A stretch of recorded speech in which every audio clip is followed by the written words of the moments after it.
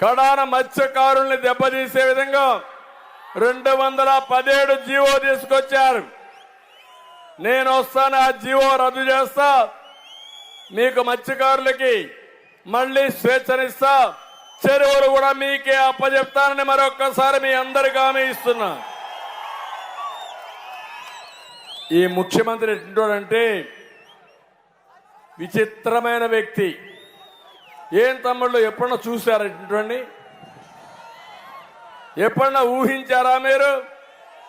నేను అడుగుతున్నా మిమ్మల్ని అందరూ. నా లైఫ్లో అయితే ఎంతో మంది ముఖ్యమంత్రులు చూశారు, కానీ ఇతను ఒక విచిత్రమైన మనిషి. విచిత్ర జంతువు అందామా, మనిషి అందామా, రాక్షసుడు అందామా, నాకైతే అర్థం కావడం లేదు.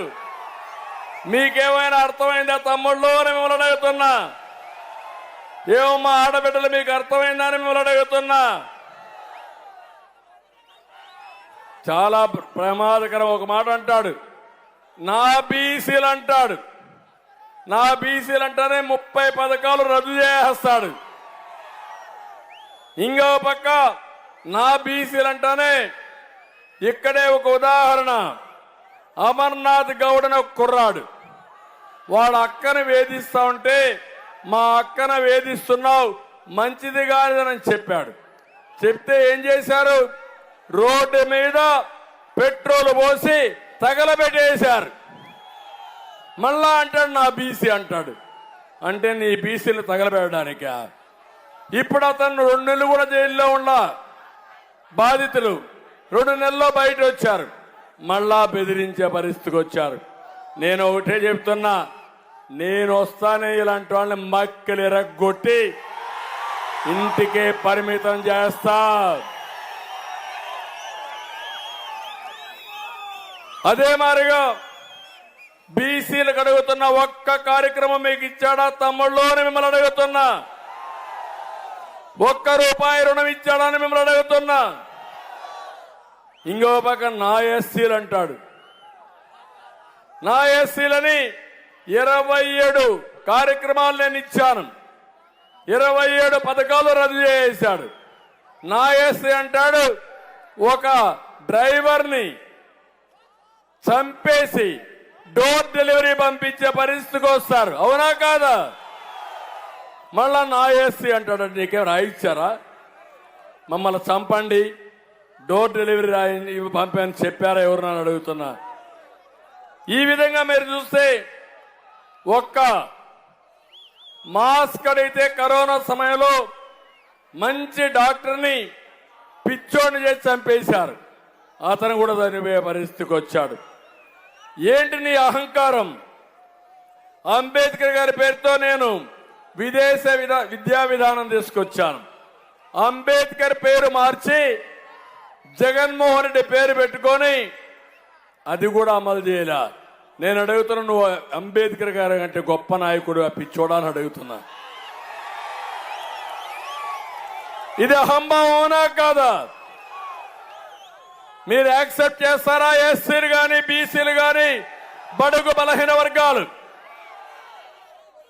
అంబేద్కర్ గారంటే బడుగు బలహీన వర్గాలకు రాజ్యాధికారం, ఆర్థిక స్వావలంబనిచ్చిన వ్యక్తి. అలాంటి వ్యక్తికి అన్యాయం జరుగుతూ ఉంటే మనం ఉపేక్షిస్తావా తమ్ముళ్ళు అని మిమ్మల్ని అడుగుతున్నా. ఇది ఉపేక్షిస్తే మన ఎవరికి భవిష్యత్తు లేదు.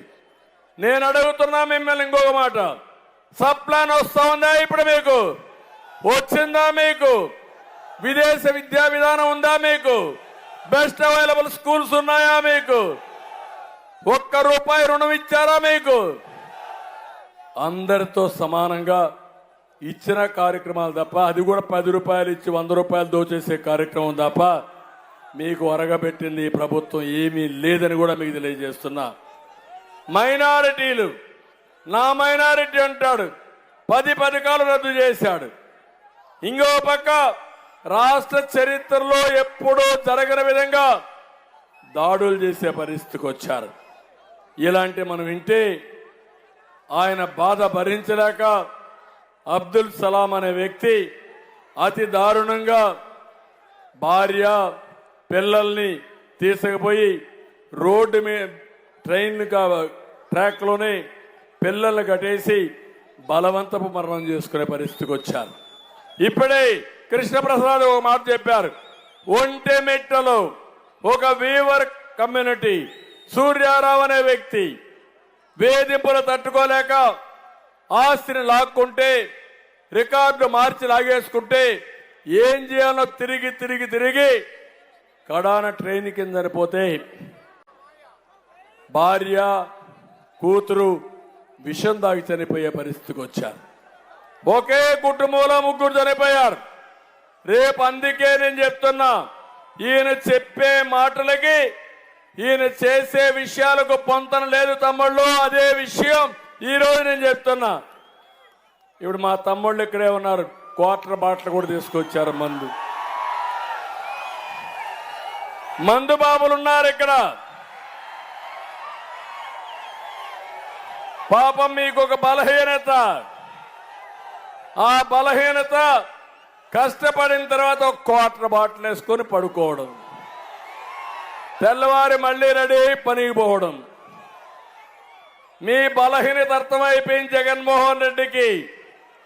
ఇది మంచి వ్యాపారం అని గుర్తించాడు. అందుకనే మద్యపాన నిషేధం అని చెప్పాడా లేదా? రేట్లు పెంచాడా లేదా? నేనున్నప్పుడు 60 రూపాయలు క్వార్టర్ బాటిల్, ఇప్పుడు ఎంత తమ్ముళ్ళు? 200. అవునా కాదా? అది కూడా జే బ్రాండ్ అవునా కాదా? నాసిరకం అవునా కాదా? తమిళనాడులో ఉండే బ్రాండ్లకు ఉన్నాయా? ఇవన్నీ కూడా జగన్మోహన్ రెడ్డి సృష్టించినటువంటి boom boom, very very attractive names మాత్రం, పేర్లు మాత్రం చాలా బాగున్నాయి.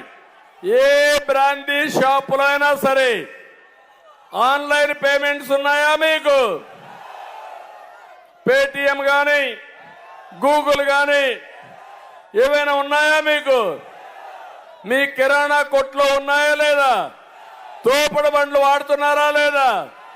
ఎందుకు షాపులో లేవు తమ్ముళ్ళు అని అడుగుతున్నా. ఏంటి చిదంబరం రహస్యం ఏంటి? మీరు కట్టే డబ్బుల్లో 140 రూపాయలు క్వార్టర్కి ఎవరికి పోతా ఉంది? ఎవరికి పోతా ఉంది? మీకు కోపం రాదా? బాధ. కరెంటు ఛార్జీలు పెరిగాయా లేదా? ఎన్నిసార్లు పెరిగాయి? 9 సార్లు పెరిగాయా లేదా? 200 రూపాయలు కరెంట్ ఇప్పుడు ఎంత అయింది? 1000 రూపాయలు అయిందా లేదా? ఎవరు కారణం? ఎవరు కారణం? ఇసుక రేట్లు పెరిగాయా లేదా? పెరుగుతూనే ఉన్నాయా లేదా? ఒకప్పుడు 1000 రూపాయల ట్రాక్టర్ ఇప్పుడు ఎంత? 5000. అవునా కాదా? ఇసుక దందా ఎవరిది? జగన్మోహన్ రెడ్డి. అవునా కాదా? ప్రత్యేక ఆర్మీ పెట్టుకున్నాడు, రౌడీల్ని జిల్లాల వారీగా లాగేసుకున్నాడు. 40 లక్షల మంది భవన నిర్మాణ కార్మికులు ఇల్లు గడవకుండా బాధపడతా ఉంటే ఇష్టానుసారంగా చేసినటువంటి వ్యక్తి ఈ జగన్మోహన్ రెడ్డి. అందుకే నేను మిమ్మల్ని అందరినీ కోరేది, తమ్ముళ్ళు ఉద్యోగాలు వచ్చాయా మీకు? జాబు రావాలంటే